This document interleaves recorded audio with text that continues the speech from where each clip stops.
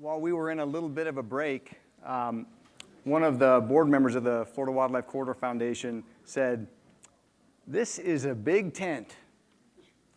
And it is. And we're all sort of playing in a big playground.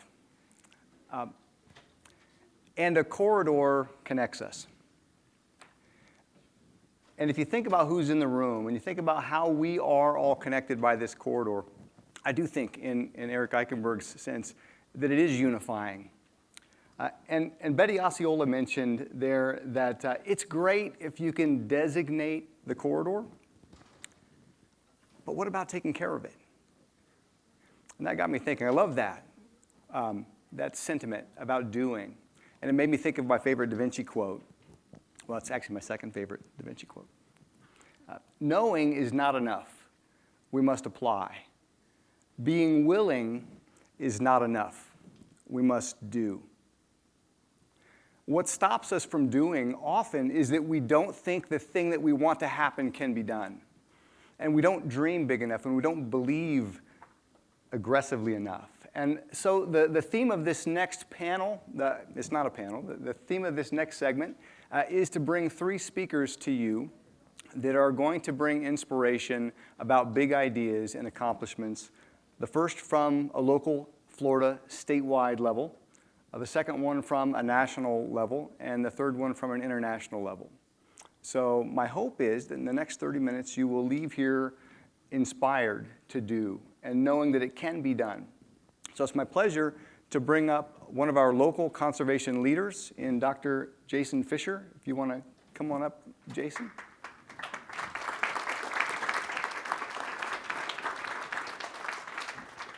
Jason is an avian conservation biologist for Disney, and he's been working here in Florida, and he's going to share some of the accomplishments that Disney has been a part of that I think you'll find very inspiring. And just so you know, Disney is a very important part of the corridor. So, thanks so much, Jason. I appreciate it. I'm sneaking over here to grab slide advancer. All right. Now let's see if I can use the slide advancer as well. Apparently the answer is no. All right. Somebody give an assist here? All right. While that's running, thank you so much for your attention today. It's an honor and a privilege to be here. So we've been hearing all day about the incredibly rapid pace of development across our state. And here in Central Florida is no exception to that. We dial back the clock to 1974, and we looked at the landscape around where we're standing right here. Only 10% of this landscape was developed. And if we look at today, that number has increased to 50%. If we take a step back even farther at a more regional basis, according to the East Central Florida Planning Council, we could double the amount of development in our region by 2050. That's 2,500 square miles of land to be developed in the next 30 years. Now, those numbers are troubling, they are disheartening, and for some people, they can also be demotivating. They can lead us to a place where we feel like our hands are tied and we just want to sit down and take a nap in a dark corner, rather than trying to figure out how we move forward to address this kind of situation. But at Disney, one of our core philosophies is that there is power in hope, that there is power in dreams. And that's not a power born of wishful thinking or of just, if we just believe it, the reality will become what we want it to look like. It's based in the idea that hope can motivate us to change our perspective. It can change the narrative we tell ourselves so that while the facts and the figures stay exactly the same, what we do with them is different. Now, it's from that perspective that Disney launched this Planet Possible campaign that you're seeing in front of you here in Earth Month. And under that is the tagline, "Picture what's possible." The idea here is we challenge ourselves and we challenge others to picture what's possible if you dream big and if you're willing to put in the sweat equity to turn those dreams into reality. And so from that frame, from that picture what's possible frame, we're going to dial back the clock now to 1965, when Walt Disney was thinking about Walt Disney World from a conceptual basis. Now, Disney once said, you've probably heard about the term conservation. Well, conservation isn't just the business of a few of us, it's a matter that concerns all of us. And that ethos underlaid the conceptualization of Walt Disney World. So when Walt was thinking about Walt Disney World, it would have been much, much easier to just scrape the palette clean from a landscape perspective and then create his vision of what the largest theme park in the world should look like. But right in the center of this slide here, you can see Walt Disney standing by an early conceptualization of what Walt Disney World should look like from his perspective. And what you see running down the body of Walt Disney World is a green spine that actually connects the watersheds and habitats to the north of the property down to the watersheds and habitats south of that property. Now, unfortunately, Walt didn't live to see that vision become a reality. In 1965, when he announced that Walt Disney World was going to be created, only a few months later, he passed away. But his brother, Roy Disney, carried on that vision. And in that 1967 master plan you can see that that green spine is still present, still existing there. Now let's fast forward 55 years later to today. This is the layout of Walt Disney World, and those green spaces, that green corridor, still exists in what we now call the Wildlife Management Conservation Area. A third of Walt Disney World Resort, about 8,000 acres, is set aside undeveloped for wildlife. Now, to put that in context from a broader regional perspective, you've seen this map a lot. I think we're probably going to continue to see it a lot throughout the course of the next 3 days. This is the Florida Wildlife Corridor, and you can see that Walt Disney World sits right around where that Interstate 4 icon is in the center of that map. And if you look at what is around it, on the west, you've got the green swamp, and on the south, you've got the headwaters of the Everglades, but in between is this pinch point, and this WMCA serves as a connective tissue between those two areas. So it's a critically important juncture from a corridor connectivity context. But looking beyond the corridor, just to the value of the habitats in and of themselves, over 350 species of wildlife have been documented in the WMCA. Now, most of those habitats are forested wetlands, like those that you see here, and interspersed with that matrix are areas of open water, as well as areas, patches of upland habitat as well. Now, collectively, those landscapes support over 200 species of birds, over 60 species of reptiles and amphibians, over 70 species of butterflies. Now, a number of those species are rare across our region or are declining across their ranges. And so particularly for these species, those habitats are critically important. My personal favorite here is the one in the lower left there. Jason mentioned, I'm a bird guy, and that short-tailed hawk is near and dear to my heart. We've only got 500 of that species left in the United States. And they rely on large remnant tracts of forest like those forested wetlands I mentioned that make up Walt Disney World, or that make up the WMCA rather. And for the last decade, we've been able to document this species nesting in those areas. And I suspect that that nesting goes all the way back to when Walt first purchased this property and even before that as well.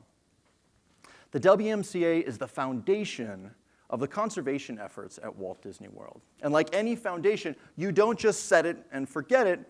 We're working to build on that foundation. For the last 18 years, Disney Conservation, Disney's Animal Science and Environment have worked to study those habitats, study those species that call those habitats home. But we don't just want to stop at the boundaries of the WMCA. As we've heard about extensively today, if we just focus on creating a corridor of undeveloped habitats in this rapidly developing landscape that we live in, we're going to miss the mark. We're not going to be able to see the level of biodiversity conservation that we want to achieve.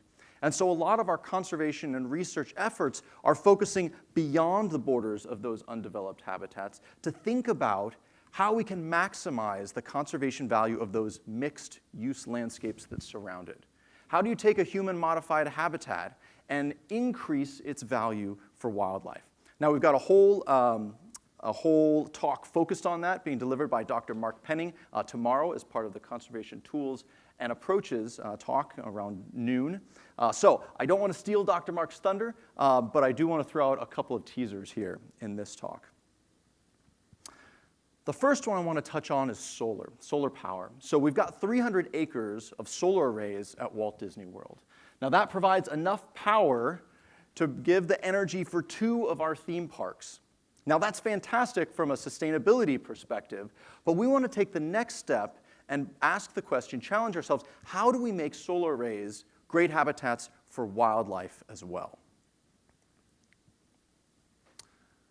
So we're in the process of trying a number of different experimental plantings, a number of different ways of creating pollinator habitat. And to date, we've seen 40 different species of pollinators show up in those habitats. So the work is ongoing, promising results so far, but I'm really excited to see where this is going to go to create the most wildlife-friendly solar array possible. The next example that I want to touch on focuses in on mitigation banks. So as Walt Disney World has expanded, we have compensated for that by purchasing lands in other locations that then can be restored, and we position those intentionally along the corridor that is connected back to Disney, so we can expand, increase, and enhance the value of the corridor that begins at the WMCA and extends out beyond it. So one example of this is the Disney Wilderness Preserve that you've already heard about today. So that property was a former cattle ranch. It was purchased in partnership with the Nature Conservancy. The Nature Conservancy has restored and now manages that property. And those of you that are going to be around for field trips come Thursday, you'll have the opportunity to go and see firsthand those ecosystems and the great work that the Nature Conservancy has done. Now, to leave you today, I intentionally ended with the Wilderness Preserve because I think it's a fantastic example of what corridor work is all about. So if you look at the Wilderness Preserve, if you look at the WMCA, in isolation, both of them are valuable, but so much greater when they are connected. The sum of the parts is so much bigger than they are independently. And that was only possible because great organizations worked together, pooled their skills in order to make something that was bigger than the sum of their parts. Now, this is a philosophy that we try and implement not just on our properties at Disney, but globally as well. Through the Disney Conservation Fund, we've supported organizations that have collectively helped to protect and safeguard 320 million acres around the globe. That's 10,000 Walt Disney Worlds. And that ethos, to me, is really at the heart and soul of what this summit is all about. It's about us as organizations, be they governmental, be they private, be they nonprofit, coming together to make something bigger, better than what we could do individually. From this picture what's possible perspective, we already have the picture. We have a corridor system that unites the habitats across our state. That is big, that is bold, that is exciting. That is a vision worth working for. And over the course of this summit, I'm so excited to see how we together start to build forward to make that vision, that picture of what's possible, a reality for our future. Thank you so much.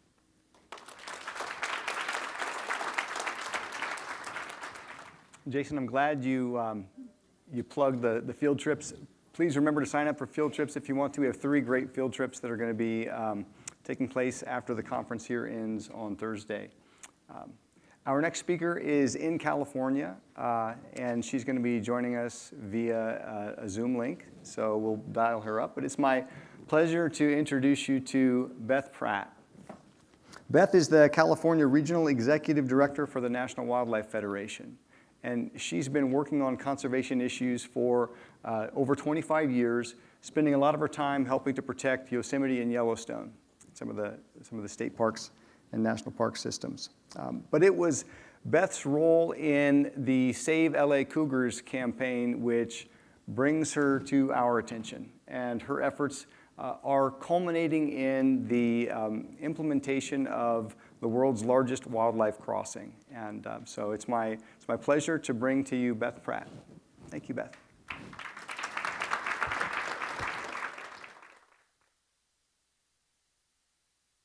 Hello, Hello, everybody. I'm not sure with the technology if I'm live or not, or you can see me. Give me a thumbs up, Jason or Lisa, if we're good. I wish I was there in person. It is a little hard to do this, but thanks for having me. Florida, of course, especially for the species we're working on with the Wallace Annenberg crossing, was both a inspiration socially, but also scientifically to know what we had to do to ensure that our mountain lion population survived. And I love that the speakers also have focused on dreaming big, because I think that's what we did with the Wallace Annenberg crossing. And also just, I don't take no for an answer, which is also, I think, something you have to do with projects of this scale. So I'm just going to talk a little bit about the Wallace Annenberg crossing, and not so much about it, but how we did it, because I think there's some real lessons here for how to approach conservation differently in getting these almost impossible visionary projects off the ground that even traditional conservationists don't always agree is the best way or the way forward, but I think it is. So let's just talk about that a little bit. Let me see if I can share my screen. Technology is always good to work. All right. So I thought I'd start off with a video. I recently got to fly over the crossing. It was a little harrowing, but it was wonderful to see this corridor we're trying to preserve and protect from the air. So we're up here in an eco flight. This is a special flight that brings out people who are working in conservation. We're up here in the air with Jeff Sickich from the National Park Service, as well as Beth Pratt from the National Wildlife Federation. We're hoping to get a bird's eye view of the mountain lion habitat, and we've been told there's no better way to see this issue of habitat fragmentation and the bottlenecking than from a bird's eye view from up in the air. So that's what we're up here hoping to see today, with two people that know this issue better than anyone else in the city. So what I'm excited about today is we're actually going to try to go almost to Los Padres, where that Liberty Canyon would be such a key connection point too. So it's just going to be exciting to see that. You don't really get a sense of how close a Los Padres is, but from the air, it's right there. It's a hop, skip, and a jump for a mountain lion, and that's why it's so critical to link it up. And I think that this story is best told from the air. The 101 is such a formidable barrier that most animals not even attempt to cross. And that has led to very low genetic diversity in our mountain lions in the Santa Monica Mountains. There it is. I mean, it's super cool. Just 20 years working here, hiking, pretty much all of these canyons. It's a great perspective from up in the air. And being here, looking right over Liberty is Liberty Canyon area is pretty amazing, where the wildlife crossing will go. I'll tell you, it's amazing to fly this air, and to know we're going to be breaking ground very shortly here. I can't wait to get back up here once that crossing's underway. Wow, it's hard not to get emotional about this moment.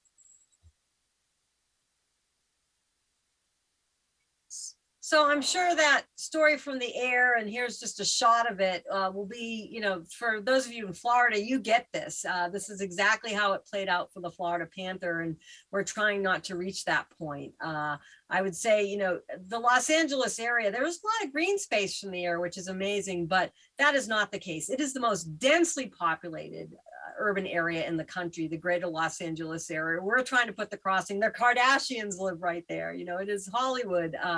But to me, that is the vision for the future. Is we have to really not think of these urban areas as irredeemable for wildlife, and indeed start looking at ambitious and creative solutions to right some of these great wrongs, which is what happened here. You can see all that gray is urbanization of the sort of greater Los Angeles area, the Santa Monica Mountains. And we don't have a lot of space left to connect these corridors. In fact, where we're putting Liberty Canyon is the last 1,600 feet where this could even go because of protected space on both sides of the freeway. But we're there. I'm speaking to you less than 10 days away from groundbreaking. So what a journey. I've been working on this for a decade, others longer. Here are some artist visualizations of what the Wallace Annenberg Wildlife Crossing will look like. In some respects, this is nothing, it's a wildlife crossing. They've been done for decades. But what is unprecedented about this is the urbanization and the design challenges that come along with that urbanization. And also, we are doing this not just to get mountain lions across the road, but to reconnect a ecosystem. The Santa Monica Mountains was completely cut off from the rest of the world once that 101 got put in decades ago. So for us, it's not just about getting animals from A to B or roadkill. It's about reconnecting it for all wildlife. So this is coming with a living habitat on top that not only will animals travel over, but animals will live on it. It takes a village. I always want to call out our partners. Again, I've only been working on this a decade, others for much longer, like the National Park Service and their 20+ year research that told us that there was a problem. The Santa Monica Mountains Conservancy, obviously, who has been putting aside the land for decades. It really does take a village for such heavy a lift. But what I want to really focus on in my talk, because this was a game changer, I think, and it really gets at a different approach than I think many of us were taught, coming up in conservation. 30 years ago, it was like, you just talk about the science and you can't anthropomorphize. And, listen, we need to throw that approach on its head. Of course, we need the science. The science is telling us what we need to do here and why there's a problem. But to get public support for these projects, which is what we need. I mean, you can think of many species that have gone extinct despite reams of scientific evidence because there wasn't the political will or the public support. So to get that for these ambitious projects that's more about the storytelling and getting people connected to this wildlife in very meaningful ways. And that's where I think the P22 model is something really need to look at, is we need to build connections to wildlife again that is about more than the science and about people wanting to connect and protect and building it into their daily lives. It's not about making these animals pets, but it's about making these animals meaningful parts of our lives. And that's what P22 did, not just for LA. This isn't just an LA story. It's a story about how P22 kind of changed perceptions all over the world that a mountain lion could live under the Hollywood sign. Most people are used to seeing mountain lions in these pristine wild areas or not at all. So this photo that Steve Winter took for National Geographic really, I think, changed people's views of what was possible. And P22's story, this poor cat is living kind of the last of his kind on this island of Griffith Park. It's not that he shouldn't be in Griffith Park, but that he should be able to come in and out. And instead, he had to cross these two major freeways, which he I know has decided not doing again because my luck will run out, to make a home in Griffith Park. But he is a symbol of what is the problem for all of his mountain lion kin in the Santa Monica Mountains, is they're, made dateless or having to date animals in their family because of these freeway systems. And this really shows you how urban P22 is living. So it's pretty impressive. Here's some recent photos of him. He is 12. He just celebrated his 10th anniversary in Griffith Park. And aside from being a poster child of, how these roads impact our animals and wildlife, he's also the poster child for coexistence. He shows that we can indeed live with these large predators. It's not zero risk, but it's also not this risky, they're sitting in the woods ready to attack us at any moment. Here is again some recent photos of him. He's 12, so he's also approaching what is typically the end of a mountain lion's life. And this is my favorite photo of him because it really shows what he faces day to day, which is sort of this trap by urban living. He's made the news a lot recently because he's even going more urban. He actually took a stroll down Sunset Boulevard recently, which is a little further south than he's been, but he went back up to Griffith Park. But what this has done is this ambitious, I was told it never could be done, it never should be done project is now about to break ground. And P22's story and his being called the Brad Pitt of mountain lions is really what got the public all over the world engaged, as well as some of our favorite celebrities And Governor Gavin Newsom of our state tweeted out, P22 will always have my heart. Can you picture another governor in this country tweeting out, I heart a mountain lion?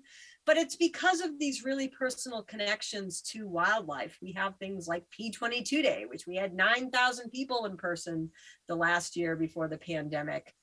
And then we went virtual. We had the Black Pumas play. It's this storytelling that I've never seen so much press coverage, maybe outside of the wolves when they were introduced to Yellowstone, of this wildlife crossing, because this story of, again, the last of its kind, this isolated cat who we need to do something to help, has really captured the imagination of the world. But it's not just kind of a fun story. It is getting a wildlife crossing built. The public will, which then enables us to have the political will, has helped us raise $77 million, about an even split between public and private, with Wallace Annenberg and the Annenberg Foundation putting up a $25 million donation to help get this built, matched with public conservation grants like from the Wildlife Conservation Board. So much so that here we are on April 22nd, Earth Day. We are going to break ground on this wildlife crossing, which is good because these mountain lions are running out of time. We know from the Florida Panthers, the low bar we didn't want to reach. They were predicting that we were getting there, the National Park Service, years ago. And what happened in 2020? We started seeing the same birth defects you did in this population. So this is not coming a moment too soon. But what I want to tell you here in the theme of this conference is keep dreaming big. Florida did it years ago when you worked on the Florida Panther protections, but we need to do it more. We need to start rethinking our human infrastructure and not think it off limits. And we also need to connect people to wildlife in really meaningful ways. We have a slogan in our campaign, slap a kitten on it. And what that really means is you need to connect people emotionally as well as scientifically. Thank you for having me today. I wish I could have been there in person, but hopefully some year. And here is my contact information if you have any questions or want more information. Thank you again.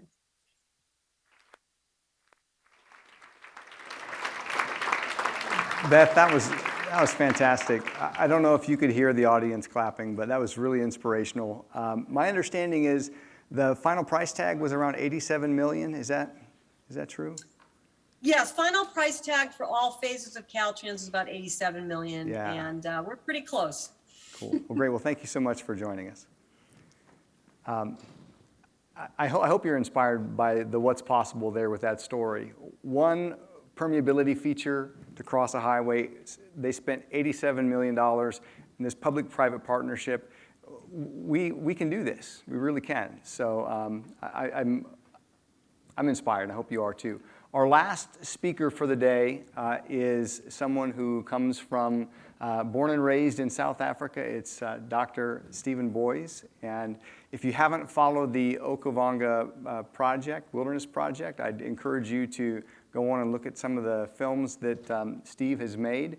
He's an inspirational guy. I grew up with the Okavango on my bucket list. And that's thanks to work of folks like Steve. It's going to be, I think, around for a while, and maybe we can all get a chance to go visit that at some point. But I'd like you to enjoy a YouTube video of Dr. Stephen Boys talking about his Okavango Wilderness Project, working across 3 countries in Africa to save a precious global resource.